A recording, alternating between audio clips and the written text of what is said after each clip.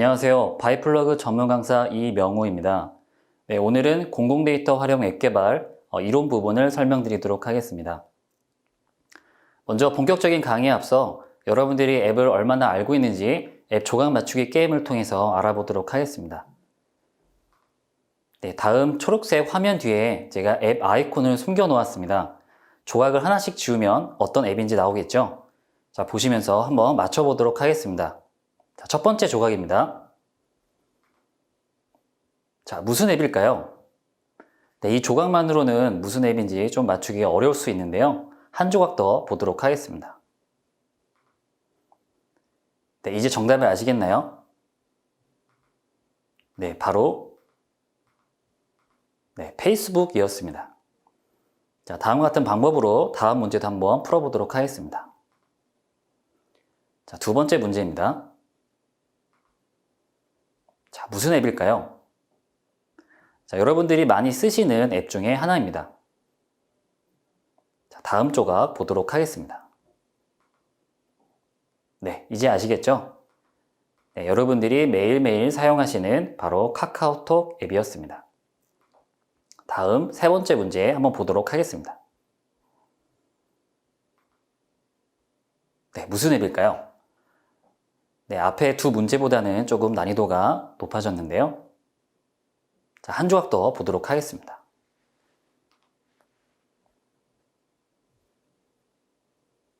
자, 한 조각 더.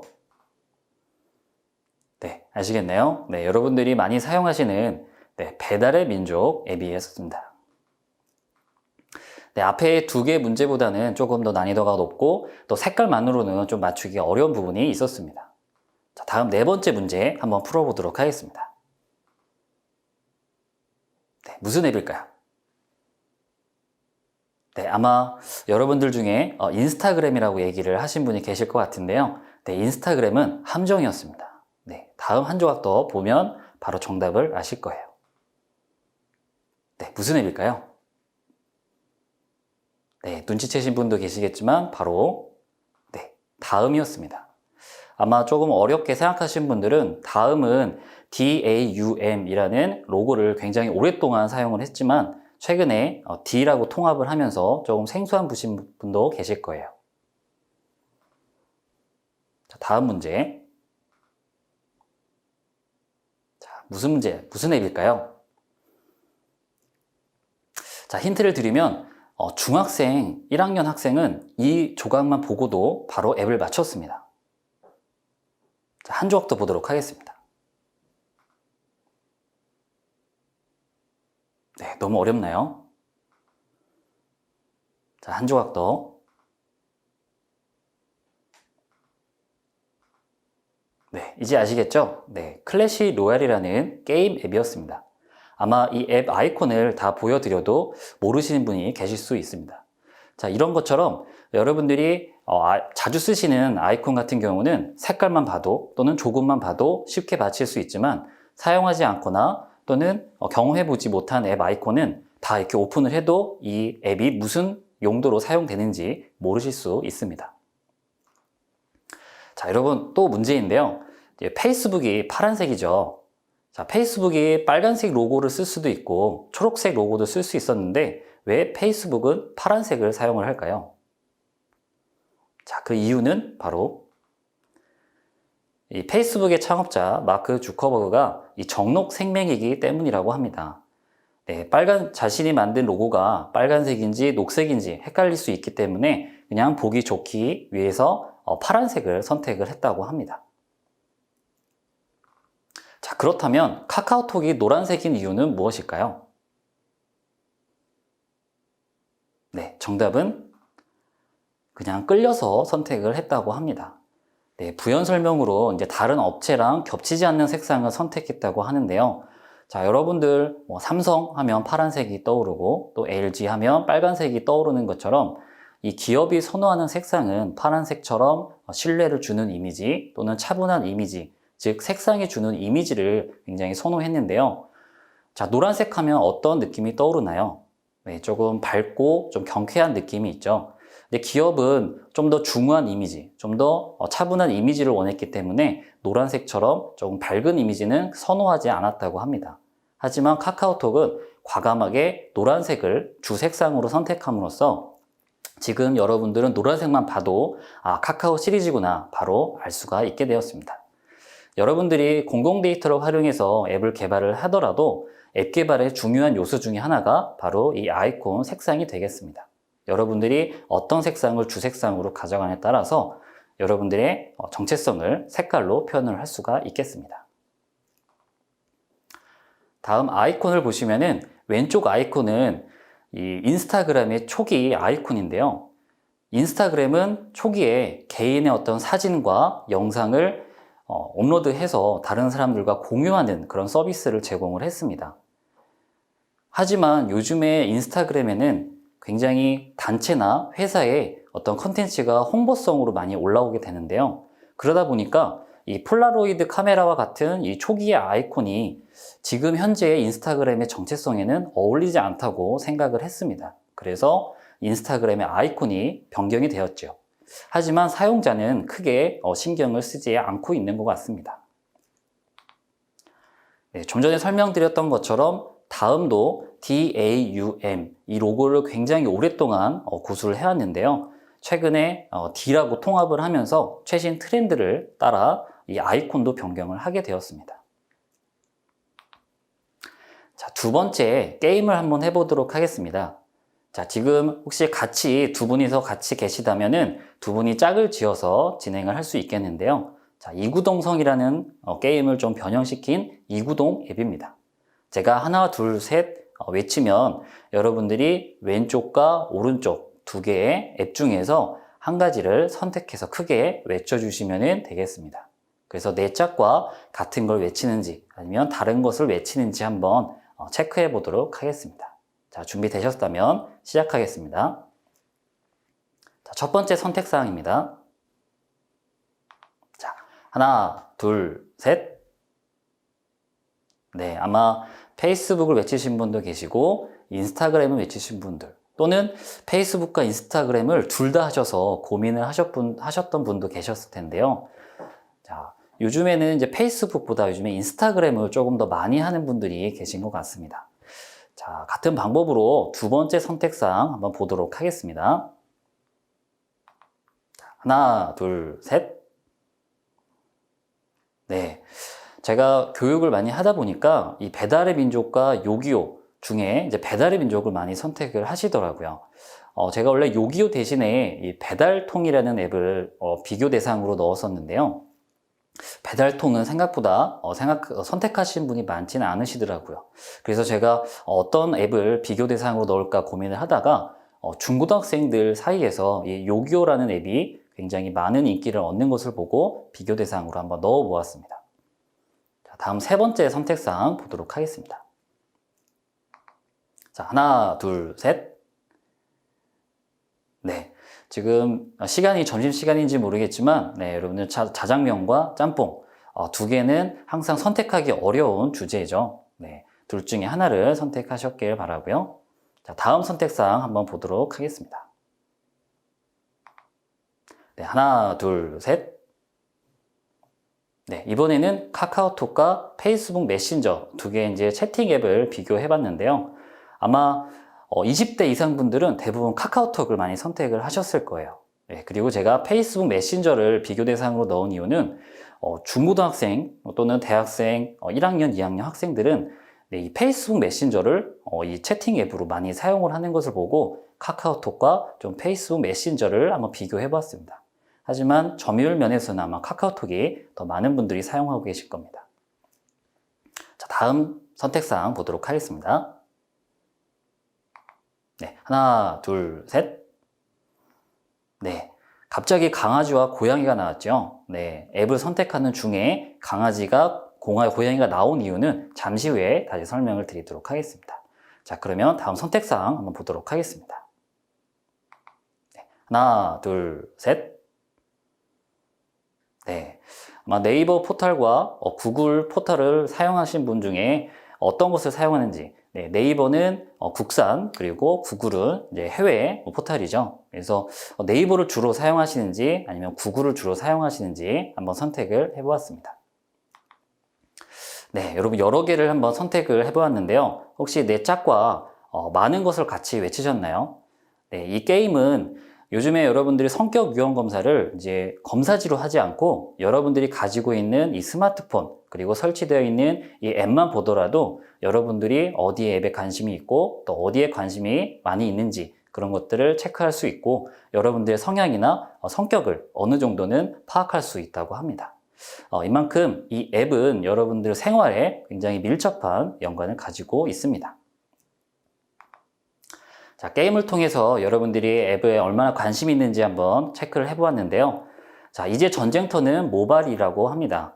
그래서 하루 평균 앱 이용 시간을 조사해 보니까 한국이 3시간 20분으로 가장 많이 사용을 하고 있다고 합니다. 이 시간은 2017년 이후 지속적으로 증가를 하고 있고요. 그리고 스마트폰 사용자도 지속적으로 증가를 하고 있습니다. 여러분들은 하루에 앱을 얼마나 사용을 하시나요? 저의 경우만 봐더라도 오늘 아침에 알람을 끄면서 눈을 뜨게 됐고요. 그리고 어제 저녁에 자기 전에 유튜브나 네이버나 또는 페이스북, 인스타그램 등을 보면서 잠이 든 것을 보면 눈 뜰 때부터 눈 감을 때까지 이 앱이란 것을 많이 사용하는 것 같습니다. 네, 가장 많이 앱을 사용한 세대를 보니까 20대가 4시간 9분으로 가장 많이 사용하는 연령층이 되었고요. 그리고 30대, 그리고 40대, 50대의 연령층은 2시간, 1시간 단위로 사용을 한 것을 볼 수가 있겠습니다. 어떤 앱을 가장 많이 사용했는지 한번 3월달 결과치를 보면요. 유튜브가 역시 가장 많이 본 앱 중에 하나가 되겠습니다. 그래서 유튜브와 카카오톡, 네이버 순으로 가장 많이 사용한 앱이 되겠습니다. 네, 여러분들이 하루에 앱을 얼마나 사용하는지 체크해 보신 분도 계시고 체크해 보지 않으신 분들은 하루 또는 넌 얼마나 쓰니라는 앱이 있습니다. 이런 앱을 설치하시면은 여러분들이 하루에 얼마나 앱을 사용하는지 그리고 어떤 앱을 주로 가장 많이 사용하는지를 체크해서 알아볼 수가 있습니다. 네, 이렇게 앱을 많이 사용하는데 그러다 보니까 이 구글 플레이 스토어와 그리고 애플 앱 스토어에 굉장히 많은 앱들이 유통이 되고 있습니다. 지금 이 순간에도 새로운 앱이 나오고 또 기존의 앱들이 사라지고 있는데요. 구글 플레이 스토어는 약 450만 개 정도의 앱이 유통이 되고 있고 애플 앱 스토어는 약 200만 개 정도의 앱이 유지가 되고 있습니다. 애플 앱 스토어의 특징으로 보면은 200만 개 정도의 앱이 작년과 또 재작년 그리고 그 전에도 유지가 되었다는 건데요.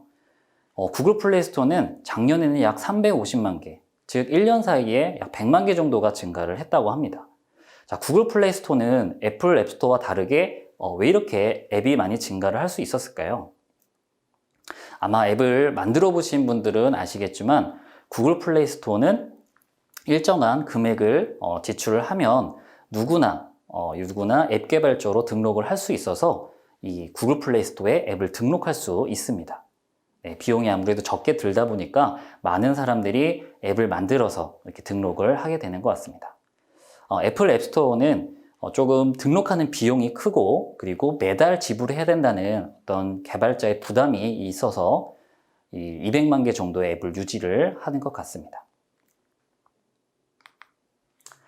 네, 하루 평균 앱 이용 시간 보시면 한국이 지속적으로 이 앱 이용 시간도 증가하면서 1위를 차지를 하고 있고요. 그 이후에는 이제 브라질이나 멕시코, 일본 등이 있습니다.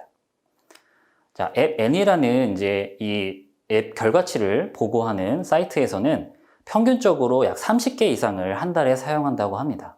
자, 여러분들이 매일 사용하는 것과 그리고 또 가끔 사용하는 것을 한 달 단위로 보시면 한 30개 정도의 앱을 사용한다고 볼 수가 있는데요. 자, 그렇다면 하루에는 몇 개 정도의 앱을 사용할까요? 네, 하루에는 평균적으로 한 9개 정도의 앱을 사용한다고 합니다. 그리고 그 9개의 앱은 대부분 소셜 네트워킹, 그리고 커뮤니케이션 관련된 앱이라는 것을 볼 수가 있는데요. 여러분도 한번 생각해 보시면 아침에 일어나서 가장 먼저 확인하는 바로 카카오톡 또는 페이스북, 인스타그램, 뭐 네이버처럼 커뮤니케이션이나 어떤 관련 정보를 탐색하는 그런 용도의 앱을 많이 사용한다는 걸 볼 수가 있습니다. 그래서 사람들은 요즘에 이제 데스크탑이나 또는 노트북보다는 쉽게 확인할 수 있는 이런 모바일 앱을 많이 사용한다는 것을 알 수 있습니다.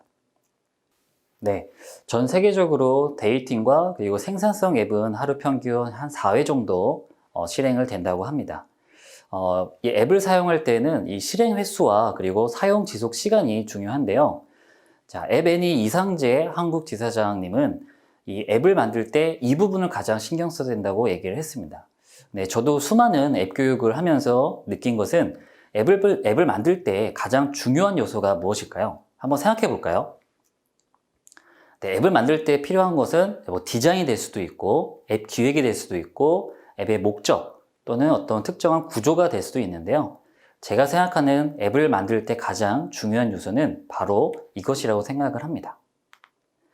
네, 사용자가 지속적으로 이 앱을 사용할 수 있도록 유도하는 방법이 있는지, 네, 앱을 고생해서 만들었지만 한 달에 한 번, 1년에 한 번, 이렇게 많은 사람들이 사용하기 어려운 또는 관심을 두기 어려운 주제라면 앱을 만드는 좀 의미가 좀 떨어진다고 볼 수가 있겠습니다. 자, 그래서 모바일 앱을 만들어서 생존하기 위해서는 많은 사람들이 사용할 수 있도록 유도하는 주제 또는 그런 구조가 되어야 된다는 내용입니다. 네, 그런 의도를 가장 잘 반영한 연령별 맞춤형 앱이 있는데요. 바로 김급식이라는 앱입니다. 이 앱은 이제 고등학교 급식에 있는 메뉴를 알려주는 그런 앱인데요. 전국의 고등학생들 사이에서는 이 앱을 설치하지 않으면 왕따를 당한다는 그런 소문이 있을 정도로 많은 학생들이 이 앱을 들어가서 급식에 대한 메뉴를 확인한다고 합니다. 자, 여러분 전국에 고등학생이 몇 명 정도 될까요? 고등학생들 사이에서 인기가 많기 때문에 한 명이 이 앱을 하나씩만 설치를 한다고 해도 전국에 한 150만 명 정도의 고 1, 2, 3 학생들이 있을 겁니다. 한 번에 3교시, 4교시에 한 번씩만 들어오더라도 많은 뷰를 가져갈 수가 있겠죠. 네, 이런 것처럼 김급식이라는 앱은 어떤 특정한 기능이나 그런 것보다는 이 연령별로 가장 관심 있는 주제 또는 더 전해줄 수 있는 그런 특정한 주제를 잘 유도해서 매일매일 한 번씩은 들어올 수 있게끔 유도한 그런 형태의 앱이 되겠습니다. 그래서 여러분들이 앱을 만드실 때 어떤 주제에 가장 관심이 많을지 그리고 어떤 특정 시간대에 또는 특정 연령층이 이 앱을 사용할 것인지 구체적으로 설정하시는 것이 중요하겠습니다. 네, 앱의 종류에는 이제 생산성과 그리고 엔터테인먼트, 정보성, 커뮤니케이션 이렇게 크게 4가지로 구분을 해볼 수가 있겠는데요. 생산성 앱은 여러분들이 사용하시는 앱 중에 뭐 계산기라든지 뭐 스케줄이라든지 또는 사진 폴더 정리 앱이라든지 이런 특정한 기능을 담은 앱을 이 생산성 앱이라고 합니다. 유틸리티 앱이라고 하죠. 그리고 엔터테인먼트는 여러분들이 이제 모바일 앱으로 사용하시는 이제 게임 앱이 해당이 됩니다. 그래서 보통 이제 흥미와 재미 위주의 어떤 그런 컨텐츠가 되는 거죠. 자, 정보성 앱은 여러분들이 궁금한 정보를 제공하는 앱을 말합니다. 여러분이 가장 많이 보시는 이 유튜브라든지 또는 네이버 이런 형태의 금융이나 뉴스 같은 정보를 전달해 줄 수 있는 그런 앱을 정보성 앱이라고 합니다. 그리고 정보를 전달하는 형태에서는 이미지가 될 수도 있고 영상이나 또는 텍스트 형태가 될 수도 있겠습니다. 자, 커뮤니케이션 앱은 많이 사용하시는 카카오톡이나 페이스북, 인스타그램 형태가 바로 커뮤니케이션에 해당이 됩니다. 자, 말 그대로 이제 소셜 네트워킹, 다른 사람들과 소통하기 위해서 댓글을 달거나 또는 좋아요를 누른다거나 또 컨텐츠를 공유하는 이런 형태가 되겠습니다. 이 정보성 앱과 커뮤니케이션 앱에 빨간색으로 박스를 씌워 놓은 이유는 여러분들이 앱을 직접 코딩해서 프로그래밍 언어로 개발을 한다면 생산성과 엔터테인먼트 앱을 만들 수는 있겠지만 코딩 없이 비전공자, 비전문가도 쉽게 앱을 만들 수 있도록 도와주는 이런 툴을 활용한다면 사실상 이런 생산성 앱과 엔터테인먼트 앱을 만들기는 쉽지는 않습니다. 네, 그래서 정보성 앱과 커뮤니케이션 앱을 만들 때에는 이 코딩 없이 앱을 만드는 이 툴을 활용하더라도 충분히 여러분들이 만드실 수가 있겠습니다. 네, 2016년도에 카테고리별로 가장 많이 사용한 앱의 점유율을 한번 조사를 해봤는데요. 자, 메신저 채팅 앱. 자, 91.3%의 점유율을 가진 앱이 무엇이었을까요? 네, 바로 지금도 점유율이 가장 높은 채팅 앱인 바로 카카오톡이었습니다. 그리고 동영상 서비스 앱 90% 이상 차지한 네, 바로 유튜브 앱이죠. 네, 이런 것처럼 요즘에 이 앱은 이 생명 주기가 굉장히 짧아지고 있다고 합니다. 그래서 이렇게 90% 이상 독점을 하지 않는다면 사실상 조금 시간이 지나면 그 생명 주기가 짧아질 수밖에 없는데요. 물론 점유율이 적더라도 계속 지속적인 콘텐츠 생산과 이 앱 유지 관리를 잘 한다면 오래 갈 수 있는 앱이 될 수가 있겠습니다. 그래서 여러분들도 앱을 만드실 때 그냥 한번 만들고 관리를 안 하시면 안 되고, 앱을 만드신 다음에도 콘텐츠 관리라든지 또는 기획에 대한 구조에 대한 변화를 주면서 지속적인 관리가 중요하겠습니다. 네, 다음에 이제 앱의 종류인데요. 여러분들이 직접 코딩을 하지 않고 프로그래밍 언어를 사용하지 않고 앱을 제작을 하더라도 어떤 종류의 앱을 제작할 수 있는지는 아셔야겠죠. 네, 총 3가지가 있는데요. 첫 번째 네이티브 앱은 여러분들이 가장 많이 사용하는 안정적이고 정형화된 앱이라고 볼 수가 있습니다. 그래서 구글 플레이 스토어와 앱 스토어에서 다운로드 받을 수 있는 그런 형태의 앱이 되겠고요. 스마트폰 최적화된 언어, 즉 프로그래밍 언어로 개발이 되기 때문에 시간이나 또는 개발 비용이 많이 드는 단점이 있습니다. 하지만 이런 단점에도 불구하고 가장 최상의 사용자 환경을 제공하는 앱이기 때문에 네이티브 앱이 가장 많이 개발이 되고 있습니다. 최상의 사용자 환경이란 것은 카메라를 제공하고 또 GPS를 제공해서 앱에서도 이 카메라의 하드웨어 기능을 연동해서 사용할 수 있다는 부분이 이 사용자 환경의 최상이라는 내용입니다. 자, 두 번째 웹앱은 이 웹페이지죠. 네, 웹페이지를 모바일 크기로 줄여놓은 형태를 말합니다. 이 웹페이지 기술은 이제 HTML5로 개발이 되기 때문에 이 웹앱은 구글 플레이 스토어나 앱 스토어에 등록이 될 수 없는 형태라고 합니다. 네, 저렴한 비용으로 빠르게 만들 수 있다는 장점은 있지만 스토어에 올릴 수 없다는 단점이 있게 되죠. 자, 세 번째 하이브리드 앱은 이 웹앱의 단점, 즉 스토어에 등록을 할 수 없는 이 형태를 극복하기 위해서 알맹이는 웹페이지지만 겉포장지를 네이티브 소스 코드로 입혀서 스토어에 등록할 수 있도록 만든 형태를 하이브리드 앱이라고 합니다. 하지만 하이브리드 앱도 네이티브 앱처럼 이런 최상의 사용자 환경을 제공하지 못하기 때문에 네이티브 앱보다는 조금 떨어진다고 볼 수 있겠습니다. 자, 이렇게 네이티브 앱, 웹앱, 하이브리드 앱 총 3가지의 형태의 앱 형태가 있는데요. 자, 여러분들은 어떤 앱을 가지고 싶으신가요? 네, 아마 대부분 가장 좋은 이 네이티브 앱을 가지고 싶으실 겁니다. 하지만 이 네이티브 앱, 웹앱, 하이브리드 앱은 다 각자의 장점과 단점이 있기 때문에 여러분들이 생각하시는 이 아이디어에 따라서 선택하기 나름일 것 같습니다. 오늘 여러분들이 공공 데이터를 활용해서 앱 개발 실습을 하게 될 텐데요. 네, 그때 여러분들이 사용하는 이 저작 도구, 툴을 통해서 만들게 되면 네이티브 앱으로 제작을 할 수 있게 됩니다. 그래서 사용자가 앱을 사용할 때 카메라와 GPS를 연동해서 사용을 할 수 있게 됩니다.